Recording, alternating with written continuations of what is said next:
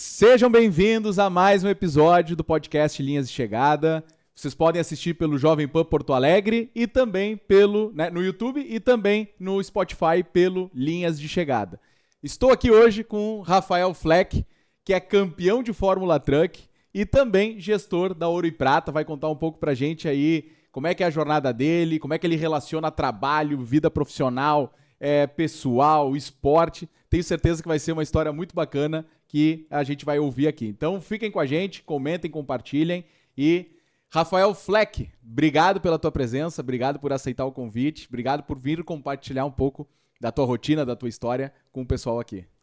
Eu que agradeço, é um prazer estar aqui. Até desde que eu ouvi o nome do podcast já me identifiquei, né? Porque o que mais tenho buscado recentemente é passar na linha de chegada, né? Sempre é um bom sinal, né? É isso que a gente espera também, né? Então, realmente reforça aqui o agradecimento. Rafael, geralmente aqui no nosso podcast a gente começa falando de trabalho, como é que começou a vida empreendedora e tal, mas eu sei que a tua vida começou muito mais pelo esporte antes de qualquer coisa, né? Sempre competindo, sempre buscando linhas de chegada. Então, vamos começar por aqui mesmo, né? Falando de esporte, depois a gente fala aí do trabalho. Como é que começou essa tua jornada do esporte? Como é que ela vem? E aí depois a gente vai chegar, né, até a Fórmula Truck aí, campeão. Mas conta pra gente como é que foi essa tua trajetória. A gente estava comentando até antes um pouquinho de começar aqui, né? Minha vida ela sempre foi muito regida pelo esporte, né? Então, desde muito cedo, incentivado pela minha família, eu comecei a jogar tênis. Eu tinha 4 anos de idade, jogava tênis. Imagina, eu devia ter nem 1 metro de altura ainda, jogava tênis. Nem sabia o que queria. Era menor que a rede, eu acho, né? Mas, então, eu joguei tênis por muitos anos. Joguei dos 4 praticamente aos 17 anos. Caramba, bastante tempo mesmo. Joguei bastante tempo. Inclusive, eu tinha um planejamento na época, com 17 anos, de estudar nos Estados Unidos, fazer aquelas bolsas americanas que tem, que é uma experiência muito legal. Tive vários amigos que foram para lá. Que legal. Experiência muito rica mesmo. O pessoal que foi voltou muito bem, bem posicionado. Mas eu tive um probleminha técnico com o tênis, eu tive uma lesão muito grave no braço, ainda quando eu era bem novo. E até o esporte ensina isso, né? Às vezes tu não tem como avançar mais, né? Sim. Então, acho que isso é até um aprendizado que fica pra vida. Teve um momento que eu tive que literalmente abandonar o tênis, fazer uma cirurgia no braço e pensar que eu faria dali pra frente, né? Então, ali eu encerrei minha carreira, vamos dizer assim, no tênis. Esse esporte tem um pouco disso, né? De quem tá se dedicando, quem tá fazendo, acaba sofrendo muitas lesões, né? O pessoal do tênis. Eu acho que assim, qualquer esporte em alto nível, fora o automobilismo, que casualmente é o que eu pratico hoje, ele meio que destrói o corpo, né? Acho que tu vê um jogador de futebol se aposentar com 34, 35 anos, se tu for olhar na regra, na verdade é um jovem, 50. Né? Parece que tem 50, joelho lesionado, perna, cartilagem, tudo estragado. Sim. Então, tudo que é de alto desempenho se torna perigoso, né? No automobilismo se torna perigoso, né? Porque o automobilismo não é uma das coisas mais seguras do mundo. Que é o acidente, a batida, né? Embora a gente tenha bastante tecnologia hoje em dia que ajude nisso. Mas então, acho que foi o primeiro assim, aprendizado assim, do tênis que me deu, do esporte. Foi realmente que, enfim, às vezes as coisas mudam no teu planejamento. Nem tudo é planejado dar certo, né? Então, foi uma frustração muito grande ali? Como é que foi essa... Porque dos 4 ao 17 é uma jornada, né, que tu te vê e é só o que tu sabe fazer, né? No esporte é o tênis. Sim, todos meus amigos eram no tênis. Pois vivia no tênis, eu entrava na academia meio-dia e saía às 8 da noite da academia de tênis. Então, até pouco via meus amigos do colégio, eu via mais de dia, assim, e tal, e de tarde era tênis e tênis. Mas sabe que não foi uma frustração muito grande pra mim. Eu tinha um planejamento, mas eu acabei criando um outro meio de última hora, assim, que deu certo, me supriu as minhas necessidades, consegui estava numa boa faculdade aqui, estudei na Federal Rio Grande do Sul. Legal. Então já foi uma outra imersão na faculdade de engenharia, que era outra coisa que eu gostava muito, que inclusive me conecta um pouco com a minha realidade de hoje, né? Que eu trabalho com manutenção, trabalho também com caminhão, com ônibus, com tudo que tu pode imaginar. Então acabou dando tudo muito certo, assim, por mais que tenha sido um baque, não poder ter seguido, foi bem interessante. Bom, e aí ainda com 15 anos, um pouco antes de largar o tênis, eu comecei a correr de kart. O meu pai, na verdade, não sei se os ouvintes aqui sabem, mas meu pai foi bicampeão da Fórmula Truck. Bicampeão foi? Bicampeão, ele foi campeão em 2000 e 2001. Ele foi 7 vezes campeão brasileiro de rally seguidas. Caramba. No Brasil. Até pouco tempo atrás, ele tinha sido um dos únicos brasileiros, ou o único brasileiro a ter marcado pontos num campeonato mundial de rally. Nossa. Então ele tem uma história muito grande, né? E até curioso, né? Por que eu comecei a jogar tênis com 4 anos e não comecei a correr de kart, né? Mas enfim, acho que ele, pela carreira que ele teve no automobilismo e pelas dificuldades todas que tem o automobilismo, ele disse, não, Cara, É que o risco também, né? Acho que a gente corre o risco, mas não quer que os nossos filhos corram, né? o risco, mas também acho que o futebol não, o automobilismo ele tem muito a ver com investimento, né? Ah, perfeito. Diferentemente de outros esportes, um tênis de performance na corrida vai ajudar? Bom, tu pode dizer melhor que eu, mas ajuda, mas Claro. não resolve, né? Claro. Uma raquete boa, assim, ok, mas tu consegue comprar uma raquete, tu compra uma raquete, 2 no ano, são R$ 3.000. Agora, um pneu de um caminhão de corrida é R$ 3.000. Que é, às vezes, por corrida, que tu troca 2 ou 3, né? Troca 6, né? 6, às vezes, caramba. Mas imagina, levar um caminhão de corrida. Bom, a gente vai falar depois disso, né? Mas assim, levar um caminhão para um autódromo, trocar os pneus, a equipe de manutenção, o motor. É muita gente muito envolvida. dinheiro. Então, assim, ele disse, não, cara, minha família, minha mãe jogava tênis, meu pai gostava de esporte, não necessariamente automobilismo, eu fui pro tênis. Mas com 15 anos eu comecei a correr kart, correr de kart. Então faz hoje 16 anos que eu corro. Continua correndo de kart. Eu gosto muito de correr de kart. É um negócio muito Mas divertido. competindo ou aí é mais pelo esporte mesmo o kart? Cara, se me convidarem para um campeonato, eu vou. Vai né? O negócio é ter uma linha de chegada. O negócio é ter uma linha de chegada. Eu até esse ano eu tô me coçando para participar do Brasileiro de kart, Tá. que vai ter na Granja Viana. É um campeonato sensacional, assim. É um campeonato brasileiro de rental. Uhum. Ou O seja, kart, todos os karts são iguais. exatamente. É um kart que tu aluga o kart, né? E tu vai lá e corre. Mas o nível é impressionante, assim. Tu tem mais de 400 inscritos em menos de 1 hora de abertura de inscrição. Caramba. São 4 dias de evento, corre 8 corridas, é bem legal, é bem organizado. Sim. Então, até tava pensando em correr esse ano, não sei ainda se eu vou correr ou não vou. Acaba coincidindo com corrida da Fórmula Truck, e também tem a família que tem trabalho, tem Fórmula Truck, daí correr de kart. É isso que a gente explora aqui, né? Como é que equilibra tudo isso. É um desafio interessante. Bom, e aí eu comecei com 15 anos a correr de kart e eu nunca mais parei, né? Então, eu comecei a correr de kart, depois eu corri de carro. E aí, em 2021, recebi um convite de um grande amigo do meu pai, o Antônio Martinez, para, de repente, correr de caminhão, se eu gostaria, né? Pô, mas é uma mudança bruta, né? Vamos Mas falar eu assim. não pensei 2 vezes, né? Quando ele falou em quer, eu já tava dizendo que queria, né? Aí tu já era grande, não tinha escolha do pai ali, né? Aí era Não decisão tua mesmo. Não, eu já tinha perdido a decisão, porque isso é um negócio bem interessante, assim. Eu acho que tudo que tu mentaliza, assim, na vida, não é que aconteça porque tu mentalizou, mas eu acho que tu começa a agir para que aquilo aconteça, sabe? É uma coisa que eu acredito muito. Uhum. Eu levo isso muito pra minha vida, que tu tem que ter objetivos claros e tu tem que mentalizar o que tu precisa. Não mentalizar, não digo que tu tem que sentar numa cadeira, né? E esperar que a coisa aconteça. É assim, tu tem que ter objetivos, né? Então, o meu objetivo pessoal era correr de carro até os 25 anos. Olha só. Eu tinha essa Já meta. tinha essa meta aí na cabeça. E eu consegui com 20 a correr de carro. Então, eu consegui através da lei de incentivo ao esporte, também graças a um grande amigo meu, Thiago Messias, que ele começou a me ajudar na época. A gente fez um projeto juntos, eu consegui patrocínio, então eu corri de graça naquela época. Olha só. Foi uma coisa que eu conquistei, mas assim, se eu não tivesse pensado que eu precisava bater aquela meta, eu provavelmente não teria corrido e não teria ido atrás, ou teria feito essas coisas. Bom, e aí 21 eu comecei a correr de caminhão e aí tô até hoje. 22, 23 e 24 eu corri, 24 fui campeão. Mas isso a gente pode falar com mais detalhes daqui a pouquinho. Caramba, cara. Essa jornada aí de crescimento e mentalizar, eu acho que ela é sensacional que tu explorou aqui. Porque às vezes a gente planeja, mas não executa, né? E é interessante que tu tá trazendo, aproveitando esse gancho de, eu não planejei, mas eu mentalizei. E aí vai acontecendo as coisas. O que tu mentaliza daqui pra frente, assim, até falando da mentalização, se tu quiser trazer um pouco mais pra gente. Que caminho que tu tá querendo seguir dentro dessa parte do esporte aí? Tu sabe que na parte do esporte, eu sou um cara muito competitivo, mas o que me move no esporte não é nem a questão de alçar voos mais longe, porque eu acredito que a Fórmula Truck já é um patamar altíssimo de competitividade. Claro. Já me toma um tempo considerável. Por mais que ela me agregue muito mais do que ela me tira, em termos de tempo, eu consigo aproveitar demais as coisas que eu aprendo no dia a dia. Eu convivo com pessoas, assim, no meu dia a dia nas corridas, excepcionais, empresários. Tenho 2 grandes amigos que eu fiz na Fórmula Truck, que é o Ramires e o Everton Fontanella. Eles são donos de uma transportadora de Santa Catarina, de Criciúma. De Lauro Mira, Criciúma, ali pertinho. E as trocas que a gente tem, as conversas, a amizade que fica, fora os aprendizados também de mecânica. Mas, assim, pegar um mindset de pessoas como eles, assim, como outros tantos que tem lá.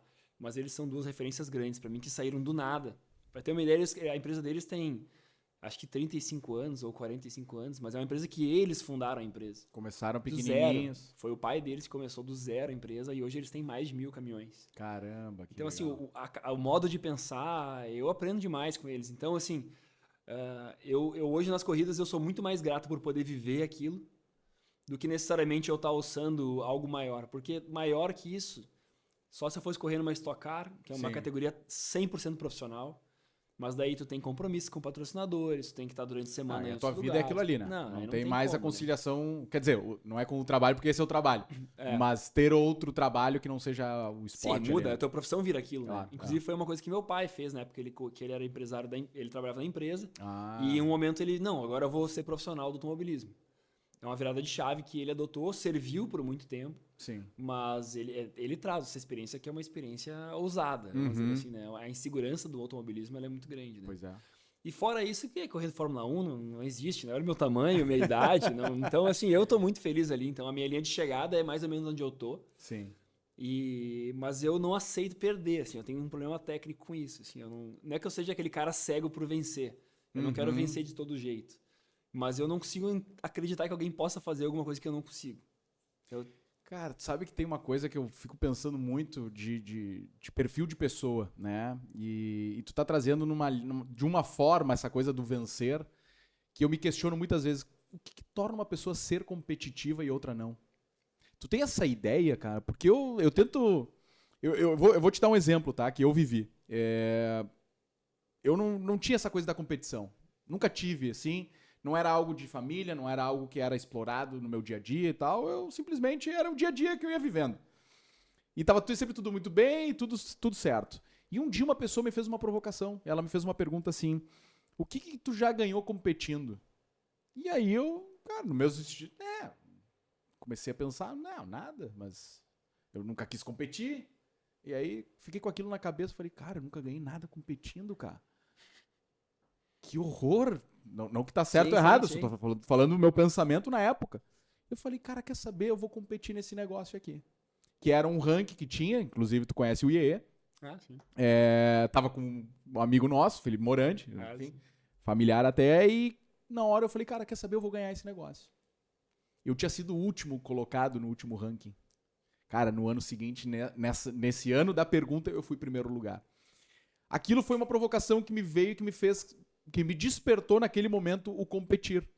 Mas não é o Fábio, tu entende? Só que eu vejo pessoas que nem tu tá falando dizer, cara, a competição é a minha vida, e de novo, não tem certo, não tem errado, mas tem gente que compete com qualquer coisa.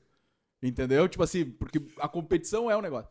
Na tua cabeça, o que passa, assim, com essa coisa da competição? Estamos explorando aqui a área psicológica já, Estamos né? numa atmosfera diferente aqui, né? Mas porque a mentalidade a gente carrega pra onde a gente tá. E é legal ver essa diferença que a gente tem. Então eu fiquei curioso de entender o que pra ti é essa competição em tudo. Tu perguntando isso é um negócio interessante, né? Porque eu acho que junta duas coisas que eu tenho muito fortes na minha cabeça, assim. Primeiro, uma coisa que até o meu pai fala muito, né? Ele fala assim, cara, ganhar é consequência. Tá. Ganhar não tem como tu ganhar só querendo ganhar. Tu tem que ganhar por algum motivo, né? Perfeito. Por tu estar fazendo bem as coisas, por tu ser o melhor naquilo, por tu estar fazendo de uma forma excelente aquilo que tu tá fazendo. A excelência nisso aí. Seja legal. por qual for o motivo. E daí eu tenho uma característica minha que entra junto. Que é eu não consigo aceitar que alguém faça algo melhor que eu. Sendo que a gente tem as mesmas condições de fazer. Então, assim, num caminhão de corrida, nós dois temos um caminhão de corrida, nós dois temos uma equipe de corrida, nós dois temos os mesmos pneus, o motor é parecido. Cara, por que ele consegue fazer a volta em 1,20 e eu não consigo, cara? Sim. Por que ele consegue frear na placa de 50 metros e eu não consigo? Não. Tem que Eu vou entender o que tá conseguir. acontecendo ali. Não é nem que eu vá pro muro, não tem essa. Então eu acho que junta uma competição minha comigo mesmo, porque eu não tô competindo, na verdade, contigo. Quando eu digo que eu não aceito que seja melhor que eu não tô bravo contigo. Na minha concepção, pelo menos, Sim. é assim que funciona. Eu tô bravo comigo. Como é que tu pode conseguir? Eu não consigo, Rafael. Mas posso fazer uma provocação, cara? Pode. Eu não consigo entender quando alguém me diz que a competição é comigo mesmo. Porque se não tivesse um caminhão lá naquela pista, tu não saberia que alguém ia frear no 50. Ah, mas aí não tem comparação. Pois então, isso que eu tô dizendo, Eu não é seria com o outro. competitivo. Ok. Mas é que alguém consegue, né? Entendeu? Sim. Não, a competição É com a o superação, outro. né? É a superação. É mais uma indignação pessoal, assim, de, pô, mas se alguém consegue, como é que eu não consigo? Eu brinquei, mas é o que eu vejo que é a superação. Pô, se dá, eu preciso me superar. É tipo... Mas é que tu precisa do outro, né? É, claro, o outro te puxa, né? Exatamente. Acho que em tudo na vida, né? Tu ter gente contigo, faz tu chegar muito mais longe. É o que a gente fala, né? Não pegando aqui nada político, mas, cara, uma empresa pública que não quebra nem nada, qual é a motivação que ela tem? Não, nenhum. Diferente de uma empresa privada que, cara, tem que sobreviver, tal, tem que correr atrás, tem que criar negócio, tem que, né? Então, Sim. é a competição. É, a competição. É a competição. Então eu acho que juntando essas duas coisas de eu não é que eu não aceito ser pior, às vezes eu aceito, cara, realmente tu é um fenômeno, parabéns, eu te admiro demais. Mas eu ainda quero Mas chegar eu lá quero, e quero às vezes passar. quero ganhar a gente ainda. E aí Boa. junta os dois e acaba dando a consequência, que é tu ser competitivo, tu querer ganhar, então acho que desde os primórdios quando eu jogava bola, quando eu era bem pequeno, Sim. assim. A minha irmã também, a Roberta, ultra competitiva, mas muito competitiva. Jogava tênis comigo quando a gente Ou jogava. seja, tu já começou logo cedo tendo uma competição em casa. Jogava bola comigo. Ela era ferrenha, ela era conhecida como o Sandro Goiano do Anchieta. Pá! Não tinha uma perna que sobrava, né? Não, mas ela era Legal. bem legal, bem coordenada. A gente jogava bola junto, jogamos tênis junto, começamos a correr de kart juntos. Olha, Chegamos que a correr legal, Campeonato família, Gaúcho de então. kart junto. Hoje ela atira e eu segui correndo de caminhão, mas assim, é nítido, assim, a competitividade que a gente tem no sangue. Não sei se veio da minha mãe, do meu pai, mas assim, acho que é uma somatória, assim. Sim, que legal, cara. E hoje como é que tá a Fórmula Truck? Conta aí pra gente, atualizando. Tá na frente? Quantas corridas ainda tem? Tá pra ser campeão de novo, né? Porque já foi campeão no passado. Como é que tá o momento atual na Fórmula Truck? O momento agora tá bem bom. A gente teve 2 primeiras etapas bem complicadas. Eu quebrei nas 2 tomadas de tempo. Quebrou Então, o caminhão, quebrou o carro. né? Quebrou o caminhão, quebrou uma peça do caminhão. Então, São Paulo, que a gente correu em Interlagos, foi a primeira do ano, eu larguei de último. E quando eu tava em 4º lugar já, tava uma recuperação boa, larguei em 27º, 28º, sei lá. Tava em 4º já na 5ª volta. Me lembrei do Ayrton Senna, cara. Deu tudo certo, deu tudo certo. Tava emocionado já, né? E aí quebrou de novo a mesma peça que Puxa. tinha quebrado na tomada. Era um problema do caminhão, né? Um Sim. problema da equipe. Então, como a gente não consertou, é aquele negócio que a gente leva daí pro lado da empresa, né? Assim, tu não atuar na causa raiz do problema, tu vai esperar o mesmo resultado sempre, não adianta. Então, o esporte também ensina isso, né? Se tu não atuar na causa do problema, tu só vai estar postergando a mesma consequência, né? Em algum momento ela vai acontecer do mesmo jeito, porque tu não resolveu o problema. Claro. Né? Então, foi uma lição aprendida da equipe. E aí eu acabei pontuando quase nada, fiquei lá para trás. Aí a segunda corrida foi em Rivera agora, que teve em Uruguai. Eu quebrei também na tomada de tempo, a mesma peça. Caramba, cara. Aí, bom, daí a gente solucionou o problema. Daí acho que foi um banho de água fria, assim, tá, agora temos que resolver. E aí a gente resolveu, larguei de 28º e cheguei em 3º. Nossa. Era pra ter ganhado, eu tava em primeiro lugar em todos os treinos. Desde sexta-feira até todo, a segundo. peça que foi que acabou complicando. Foi aí. bem duro, assim, foi bem... Eu fiquei bem contente pelos meus companheiros de equipe, que ficaram... Um ficou em segundo na minha frente e outro ficou em 4º. Opa. Então a gente ficou... A equipe tem 3 caminhões, né? A equipe Fontanella Racing. E agora teve a terceira etapa em Guaporé, em casa. Aí em casa pega uma pressão, né? Tem que ganhar, né? Em casa. Então eu larguei em primeiro, cheguei em primeiro. Legal. Fiquei bem na frente. Então, por enquanto, tô em segundo lugar no campeonato. Tá, Chances pô. reais, né? De título ainda. Quantas corridas tem São ainda? 9 corridas no ano. Ah, não. Ainda tem tá muita tranquilo. coisa pela frente. Até como eu posso quebrar, os outros podem quebrar também, né? A gente Com tem que certeza. partir desse pressuposto, né? E 2024 foi um ano perfeito, né? Pra gente na Fórmula Truck. Eu fui campeão. Eu assumi a liderança do campeonato, acho que na 4ª etapa, e de lá não perdi mais. Olha aí. Uma competição ferrenha aí com o famoso Pedro Mufato. Claro, a família piloto das Fufato antigas, né? passou por Stock Car, né? Enfim, ou ele não... Ele correu de quase tudo que tu pode imaginar. Ele corre... Bom, ele tem 80 anos, né? 85. Ah, não, então eu acho que a família... Bom, a família Mufato já é Família Mufato, histórica, né? né? Ele tem o na filho, corrida. Davi Mufato, que correu na Stock Car. Isso, então E tá. o Pedro Mufato é histórico da Fórmula Truck, né? Ele nunca parou de correr, né? Ele corre há 60 anos. Caramba. Sem parar. Então até um outro ponto legal, né? Como é que funciona na empresa, né? Quando, de repente, uma pessoa que trabalha há 60 anos na empresa para, né? Como é que ela fica, Imagina. né? Como é que fica de motivação? Ele nunca parou. Ele toca os negócios da família e toca... olha só. E toca Com 80 anos ele tá correndo 85 ainda. 85 anos. ele continua correndo Correndo de Fórmula competitivamente a Fórmula Truck. Truck. Competitivamente. Me deu um trabalho. Caramba. Não, cara. impressionante, é impressionante. Eu admiro bastante a força de vontade dele. Sem dúvida. imagina. Até agora, dando um spoiler um pouco, veio uma informação num grupo dos pilotos lá que ele vai se aposentar agora na próxima corrida de Cascavel. Olha Então vai ter uma aí. homenagem pra ele, tudo sabe. Então, a princípio é a Pô, aposentadoria mas também dele. com 85 anos, né? Num esporte de alto risco desse é... Mas ele vai bem, cara, impressionante. O equipamento dele é muito bom, né? Construído por um preparador muito bom. Mas então a gente foi até o final do campeonato, eu, ele e mais o Túlio Bendo, que também é outro empresário. Ele é dono da Bendo Transportes, que também é dono de fábrica de arroz, tem plantações, eles estão... Eu comentei antes, né? Assim como o pessoal da Fontanella que tá lá, tem o pessoal da Bendo, tem pessoal de várias outras empresas que constroem, né? O ambiente fica bem legal, né? E então disputamos até o final e eu acabei sendo campeão. Beleza. Então Então, e esse ano ainda teremos aí a possibilidade de mais uma vez ser campeão e bicampeão, então. A ideia vamos estar na torcida. Né? A linha de chegada é essa. Vamos estar na torcida, com certeza. E me conta dentro desse mundo, né? Porque tu é o piloto, mas tem uma equipe toda que trabalha, né, para que tu possa dar o melhor na pista. E é isso que a equipe espera de ti. Mas como é que é a gestão para ti de todos esses problemas, manutenções, equipe, ajuste? Como é que tu lida, né, com as pessoas que estão ao teu redor, que tu, no fim, acaba sendo gestor delas, porque se eles não estão fazendo aquilo que tu precisa, tu não vai conseguir dar o melhor, né? E às vezes tu, que é o piloto, tem a dimensão daquilo que precisa ser feito. Como é que é o teu dia a dia ali nessa parte mais de preparação, corrida, os desafios que tu encontra em liderar o pessoal ali na pista, né, no box, enfim? Isso é uma percepção interessante, né? Porque, na verdade, para uma equipe de corrida funcionar, o piloto não pode ser o líder. Ele é só mais uma peça. Tá. Essa noção, essa coisa que se cria às vezes, né, de que o piloto é o piloto, né, que ele é o grande big boss, né? Não é por aí o negócio. Tem muitos casos que mas é porque a pessoa faz ser, não porque deveria. Entendi, legal. Então, assim, existe um chefe da equipe que ele é a força maior e ele define como que vai ser feito e como vai ser feito. E eu vou te dar um exemplo muito legal, assim, eu há muitos anos digo para as pessoas que convivem comigo no automobilismo que o dia que uma equipe assumir o padrão de gestão e de qualidade de processos que uma empresa assume, essa empresa vai ser campeã, essa equipe vai ser campeã sempre. E coincidências da vida ou não, recentemente o meu tio, Sérgio Fleck, que é presidente do conselho da Ouro e Prata, inclusive, ele ama a corrida, ele sempre correu também, legal. E ele assumiu a bronca de ser um organizador da equipe junto com o chefe da equipe, que é eles chamam ele de Negão, né, que é o Genivaldo, que trabalha na equipe. Ele é o chefe da equipe e o meu tio é o grande... Não é coach a palavra, mas ele que tá organizando a casa. Sim. É a referência ali, talvez. Com os procedimentos padrão de empresa. Tá bem. Bom, a equipe deu um salto, cara. Tu não acredita. Assim, a confiabilidade dos equipamentos, a organização do time, como a informação que tu passa realmente é executada.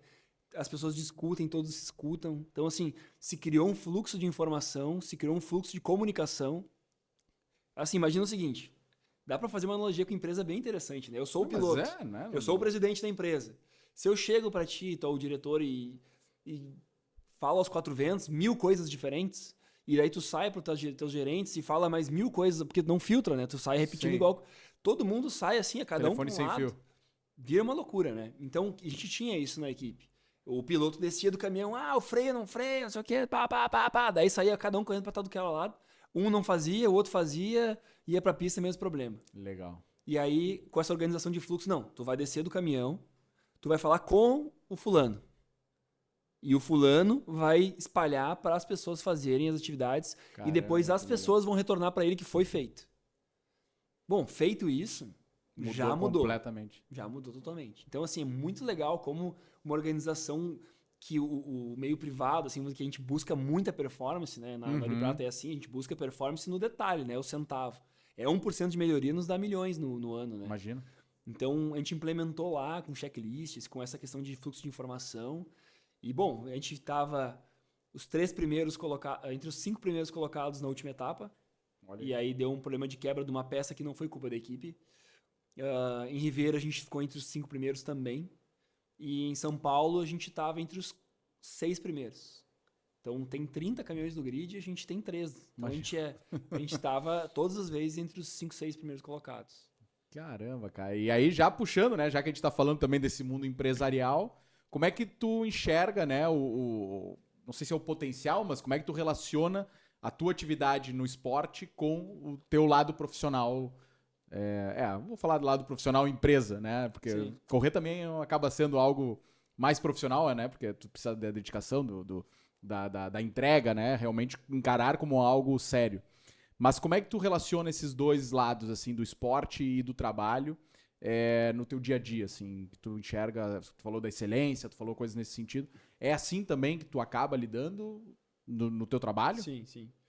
Não tem como não levar, né? Acho que tu acaba sendo tu mesmo por onde tu passa, né? Não tem como mudar. Não se separa, né? É difícil de se separar, né? Eu não sei se você já viu aquela série na Apple TV lá, do Ruptura. Nunca ouviu falar? Não vi. É uma série muito bem curiosa. Fica aí a dica pra quem estiver ouvindo Aí, a agora, gente. vou ter que assistir agora aí também. É boa. Tem que assinar, bom. Tem que assinar a Apple TV, mas é boa, eu aconselho. Aí, ó. Ele separa a personalidade do personagem, né? Ele entra numa empresa onde quando tu entra, tu perde teus sentimentos e tu vira uma pessoa totalmente fora. Tu não lembra de nada da vida pessoal. Então é bem legal a reflexão dessa série. Mas assim, voltando para a pergunta do como é que eu relaciono, né? Eu acho que tem tudo a ver, cara. Assim, a mesma competitividade que eu tenho comigo, eu trago para a empresa. Uhum. Então, a gente não aceita algumas coisas, assim, né? Pô, Rafael, não tem como arrumar esse ônibus. Não, cara, não existe, não tem. Tu só não sabe como tu vai fazer ainda. Se alguém consegue arrumar, tu tem que conseguir também. Não tem ainda. Tu não tem vai ainda, ter. A gente tem que dar um jeito. Então, assim, eu acho que essa motivação do pessoal, essa competitividade, gerar essa indagação neles, não, mas só um pouquinho, se eu tenho que conseguir, eu sou o especialista, eu tenho que conseguir. Essa parte de comunicação também que eu te comentei da corrida, a gente aplica demais na empresa. Legal. Essa questão de gestão da informação e tudo mais. Mas o esporte, ele traz muito esse viés, né? De não aceitar qualquer coisa. Eu acho que o esporte, ele traz isso, né? É difícil alguém competir campeonatos de tênis, de corrida, e não ter um viés de, só um pouquinho, não posso chegar em último em todas as corridas, né? Não é possível que tenha 100 empresas no mercado de ônibus do Brasil e o meu custo seja o pior. Sim. Não é possível. É possível, mas eu tenho que achar um jeito de melhorar. Então, eu acho que isso a gente puxa muito, assim, muito na empresa. A gente trabalha muito com informação disseminada, então não tem nada que todo mundo não saiba. Legal. Então, a gente tem muita tecnologia, muitos BIs que a gente tem na empresa como um todo. Hoje em dia é fundamental, né? Então, assim, a gente tem reuniões de alinhamento diária de manutenção, todo mundo tem acesso a todos os BIs, de custo de rodagem, de quebra por quilômetro, de custo de rodagem, para que todo mundo tenha a capacidade de olhar o número e dizer, não, mano, não é possível. Não bater uma meta, como é que não bater uma meta? Agora, tu tem dentro de ti, desde pequeno, essa coisa da competitividade. Sim. Só que é o que eu falei antes, eu não tenho. E tenho certeza que tem gente na tua equipe que não tem, e na empresa, como também tem outras pessoas que têm. Como é que tu consegue, né? E aí, não que eu queira fazer um juízo de valor da idade, nada, mas tu é jovem, imagino que tenham pessoas na área de manutenção da tua equipe que sejam mais experientes. Como é que tu consegue passar essa coisa da, não competitividade, mas da excelência de... Cara, dá? Não é que não dá. Tu só ainda não sabe como. E porque tem o desafio de alguém te olhar e dizer, mas espera aí, cara, o que esse guri quer me falar agora, né? Só que tu sabe que tu tem razão. Como é que tu lida com a tua equipe no dia a dia que não tá na empresa pela competitividade?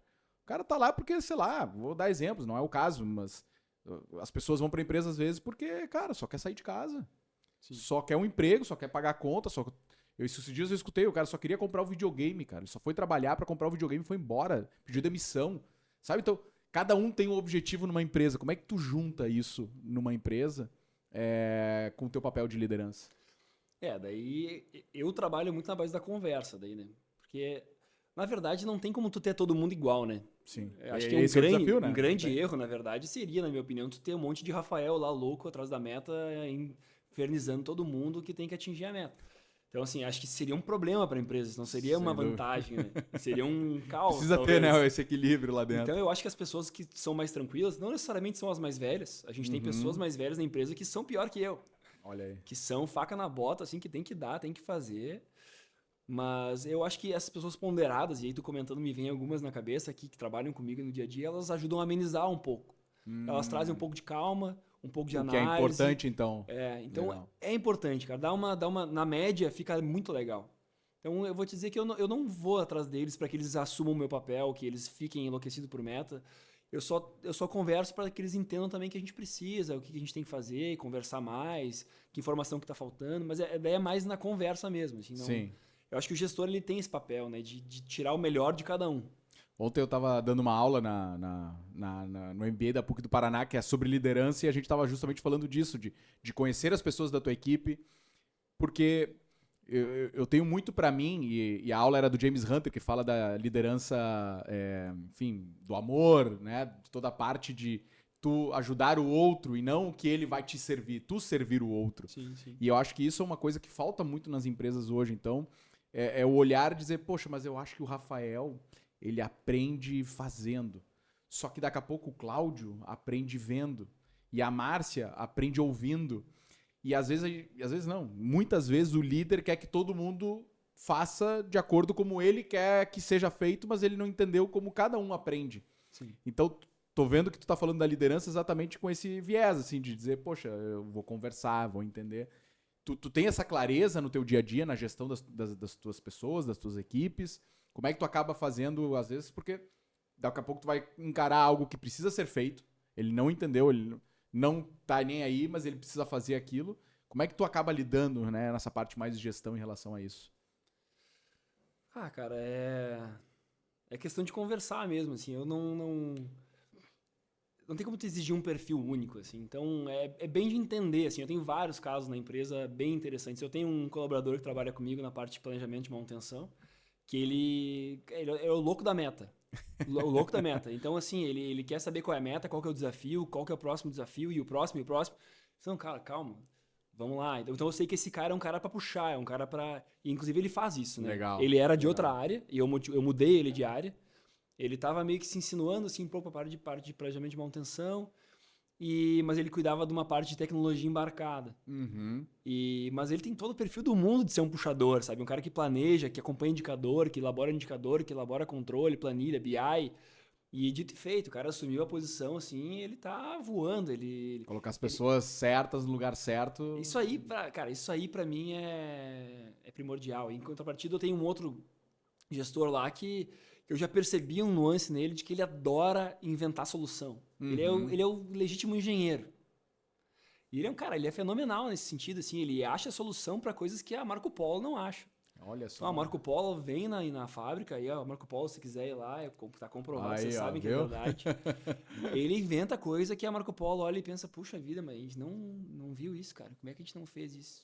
Então, assim, e esse é um cara que Então, dentro da missão de planejar um negócio diferente para esse cara do PCM, primeiro que ele não é um técnico. Uhum. Segundo, que ele não tem esse perfil.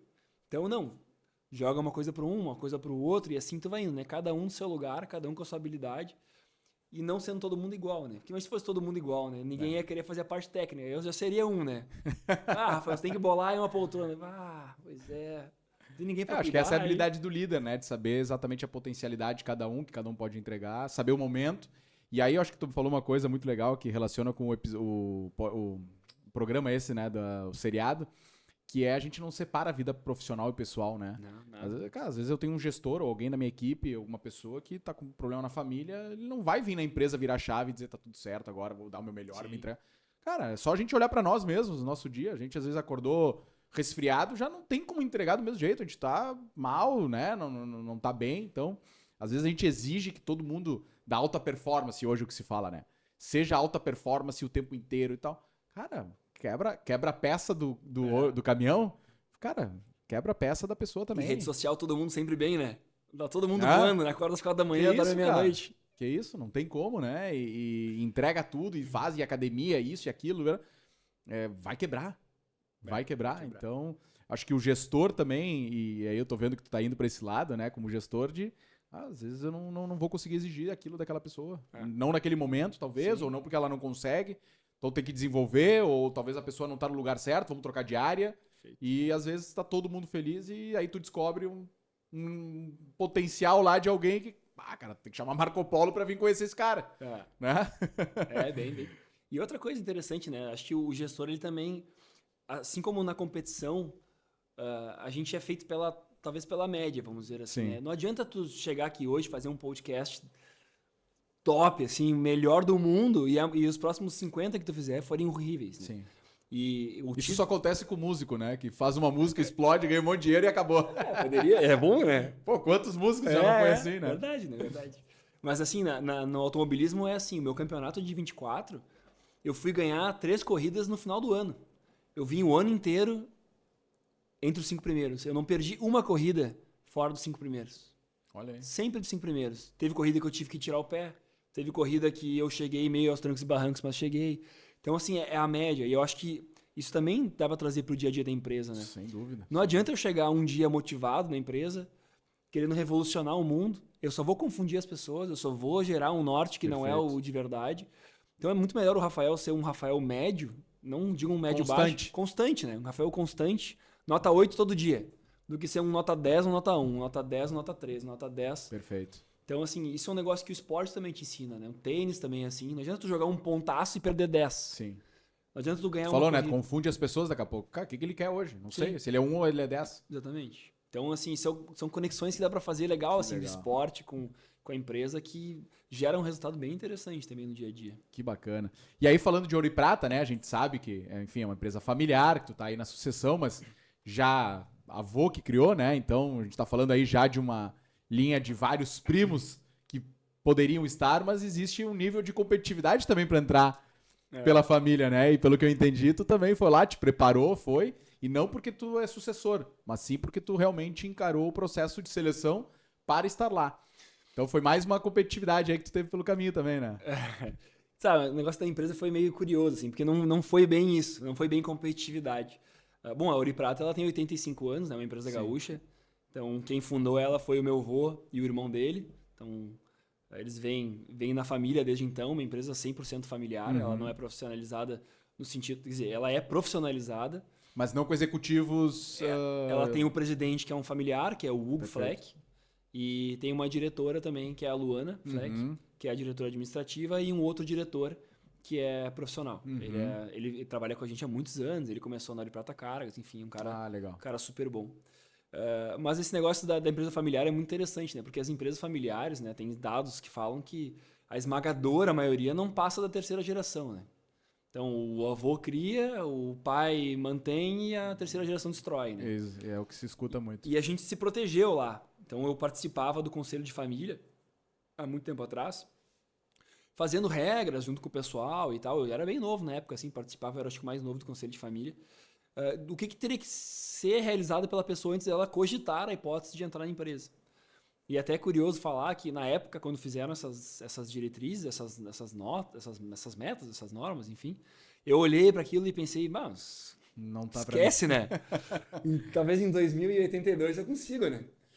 E aí eu foquei na carreira por fora. Porque a formação, a experiência... era uma série de exigências, né? Acho que não cabe dizer todas aqui, mas assim, claro, uma série delas, né?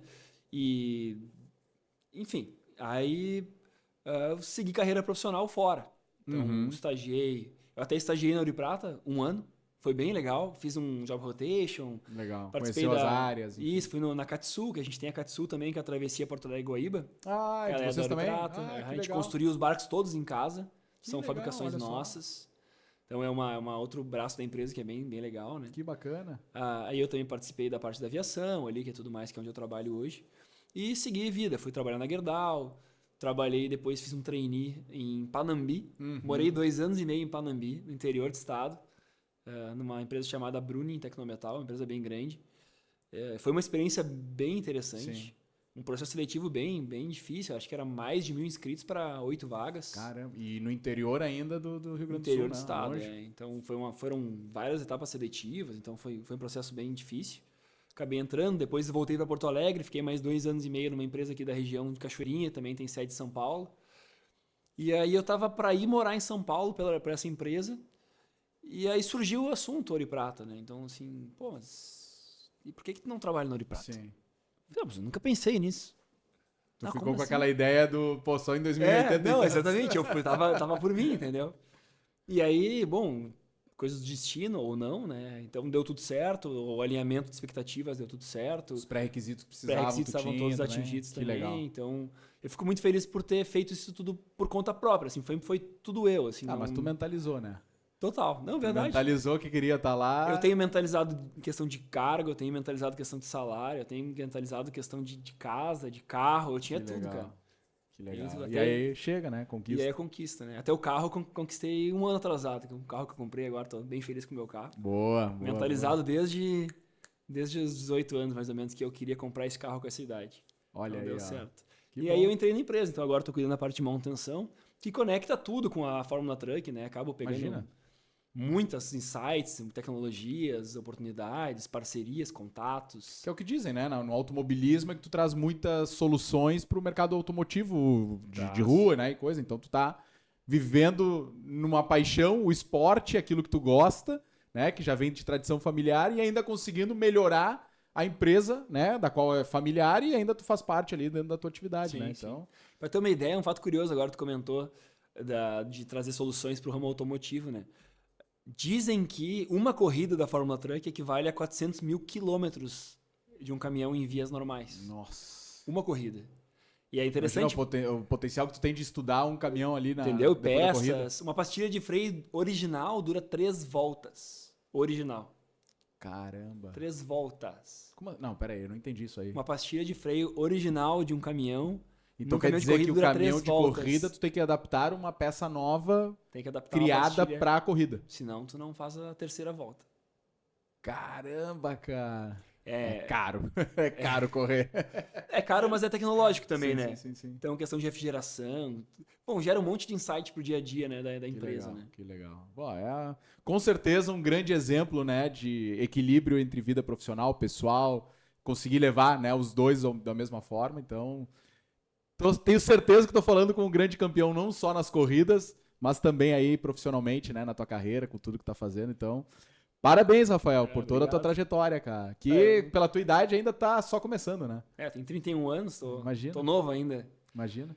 Mas é interessante, né? Porque eu sou muito realizado, assim, com as coisas que eu faço hoje, onde eu tô. Que legal. Não é para mim uma linha de chegada, assim, vamos dizer assim. dúvida. Não é minha linha de chegada ainda, Nem né? largou ainda, né, cara? Mas eu sou muito feliz, assim, com as coisas que eu conquistei, com a família que eu tenho.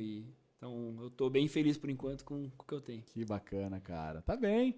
Pessoal, falei que ia ser uma baita de uma história. Tinha certeza aqui que todos os fatos aqui que o Rafael comentou com a gente, trouxe as histórias, inspirou, e com certeza não só a mim, mas todos vocês que estão assistindo em casa. Então, quero te agradecer, Rafael. Nosso tempo aqui voa, né? E é assim mesmo. Então, eu quero te agradecer demais por ter vindo aqui, por ter aceitado o convite, por contar um pouco mais, né, da tua história, ainda recente. Tenho certeza que vamos ter outro momento para contar novas linhas de chegada. E a gente vai estar na torcida aí por ti também, né? Na Fórmula Truck, acompanhando e torcendo para ser campeão aí mais uma vez, trazer o título aí para casa. Legal, obrigado pelo convite. Foi um prazer estar aqui e falar contigo. A gente sempre é um aprendizado conversar com alguém como tu. E espero que tenham gostado da conversa. Dias 17 e 18, agora do mês de maio, tem corrida em Cascavel. Olha aí. Tem transmissão no YouTube. E torçam bastante pelo Rio Grande do Sul. Vamos ver. A gente traz mais um título para casa. Ano passado foi um título que veio para casa depois de 24 anos de último gaúcho que tinha ganhado. Opa! Que tinha sido meu pai. Caramba, cara! Que história incrível legal. isso. 24 anos depois eu ganhei o título no mesmo lugar que ele. Quando ele ganhou, tu tinha, cara, 7 anos de idade. 7 anos. Cara, então é uma história bonita, é legal, que não acompanhem, sigam no Instagram, sigam a equipe também. Não, e te seguir não é só acompanhar e torcer, é aprender também, né? Por tudo que tá trazendo aí, então... Muito bom, muito obrigado. Legal. Pessoal, encerramos aqui mais um episódio, então, com o Rafael Fleck. Curtam, compartilhem, comentem pelo YouTube Jovem Pan Porto Alegre e também no Spotify, no Linhas de Chegada. Fiquem com a gente, até a próxima. Obrigado.